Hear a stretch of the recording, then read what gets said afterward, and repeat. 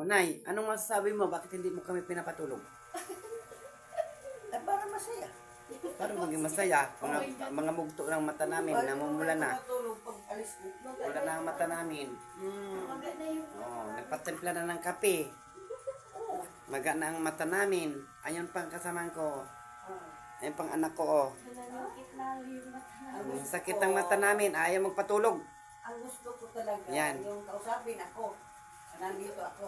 Grabe ka. Paano ka kausapin? Ay dapat magpatulog ka muna. Wala, katulog mo. Kinubukasan na lang magkausap. Nagkausap na tayo kanina. Oras lang. Oo. Kaya pag pumunta yan dito naman namin, purisyo yan. Pulisyo ha? Oo. Kaya ayaw magpatulog. Pulisyo ha? Oo, ayaw magpatulog. Ganyan yan. Nagpakulay man sa ng buhok. Dapat nagpatulog. Kaya masayan dapat siya. Hindi. Oo. Tama naman yung kulay niyan. Kulay talong. So nagtalong-talong pa. Oo. Oo. Kulang pa yung binayad. Correct. Madalandaan ko lang. Oo. Asin Ganun ba? yung 300, akin nga yung 200. Oo. Ha? Andun na kayo tita mo, andun na. Pati kami nung Okay. kita 500 lahat yan.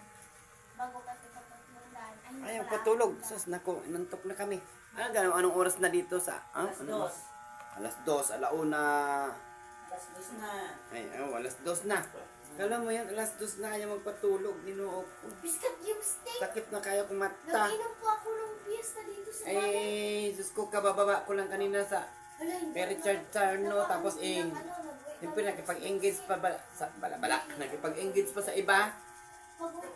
O, tapos sabay higa-higa ako. Sus, hindi na nagpatulog. Ginoo ko. Okay, yun lang mga idol. Yun lang ang update ko para sa mother ko. Na pag pumunta yan dito sa parlor ay ganyan yan. Ayaw magpatulog. Di ba, Nay, no? Bawal sa inyo yun. Nay, di ba? Ayaw mo magpatulog, no? Siyempre, Pag pumunta ka dito, di ba? pag nandito ako, aliwin niyo ako sa ospiso. Ito, bakit ka katulugan? Ata, kayo, oras naman matulog ng gabi. Ako'y nakatulog na nga. Paano nakatulog? Ako, hindi pa nga ako nakatulog kahit isa. Alas 12 pa lang, Oh. gising na kami. Okay, yan lang mga idol. Yun lang ang update ko para sa mother ko.